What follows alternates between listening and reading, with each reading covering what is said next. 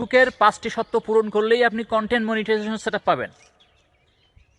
আসুন আমি এই বিষয়ের উপর অল্প কয়েকটা কথা বলবো, এবং আপনারা যারা ফেসবুক নিয়ে কাজ করতেছেন অবশ্যই এই ভিডিওটা আপনার জন্য হেল্পফুল হতে যাচ্ছে। যারা বিশেষ করে নতুন কাজ করতেছেন, যারা মনিটাইজেশন পাচ্ছেন না কিংবা ফেসবুক কাজ শুরু করেছেন, তারা হতাশ হয়ে যাচ্ছেন যে আমরা মনিটাইজেশন তো পাচ্ছি না, পাবো কিনা। এই ভিডিওটা দেখলে আপনিও ক্লিয়ার হতে পারবেন এবং আপনিও শিওর হতে পারবেন যে আপনিও মনিটাইজেশন পাবেন কিনা। ফেসবুকের শর্ত হচ্ছে মোট 3টা, কিন্তু আমি এক্সট্রা যুক্ত করেছি আরও 2টা, কারণ এই 2টাও ফেসবুকের গাইডলাইনের ভিতরে পড়ে। তো চলুন আমি এক এক করে বলে দেই। এবং এখন অনেকে বলতে পারেন যে ভাই, যে এই 5টি সত্য যে আপনি বলতেছেন, আপনি কোথা থেকে পারেন, আপনি কোথা থেকে পেলেন এবং এটা সত্য কিনা আমি কীভাবে বুঝবো? তাহলে আমি আপনাদেরকে বলে দিই, ফেসবুক ফ্রম ক্রিয়েটর নামে একটা ফেসবুকের অফিসিয়াল পেজ আছে।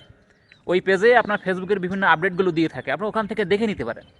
তো চলুন আমার 5টি সত্যের প্রথম সত্যটা বলি।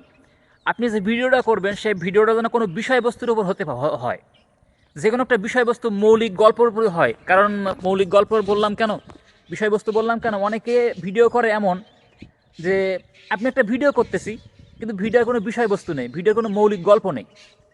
যেমন বলতে পারেন ভাই মৌলিক গল্প আবার কেমন হয়, যে আমি আপনাদেরকে প্রথমত বলেছি ফেসবুকের মনিটাইজেশন পাওয়ার জন্য 5টা সত্য। তাহলে এই যে 5টা সত্য বলেছি, এই 5টা সত্যের উপর বিষয়ের ভিত্তি করেই আমি যখন ভিডিওতে কথা বলবো, এটা হচ্ছে মৌলিক গল্প।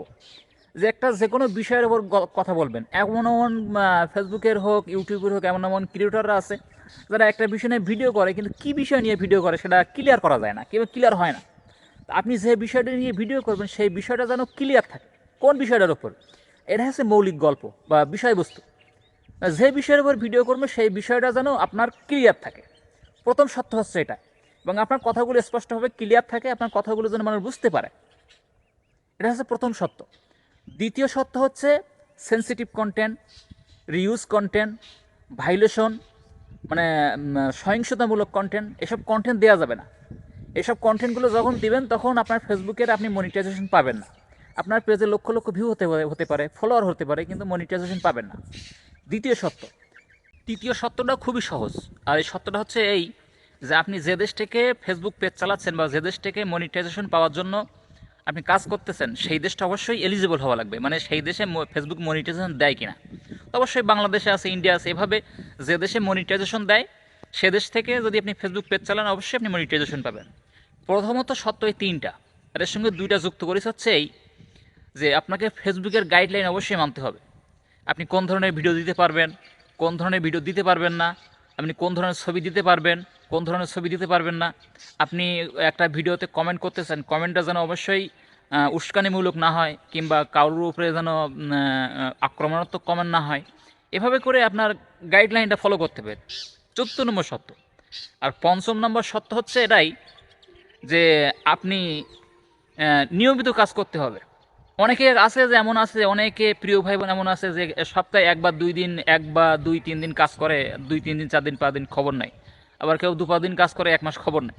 রেগুলারিটি মেনটেন করতে হবে, আপনার প্রতিনিয়ত কাজ করতে হবে। প্রতিনিয়ত যখন কাজ করবেন ফেসবুক দেখবে যে না এই পেজটা অ্যাক্টিভ আছে, এই প্রোফাইলটা অ্যাক্টিভ আছে, তখনই আপনার ফেসবুক থেকে কন্টেন্ট মনিটাইজেশন সেটআপ দেবে।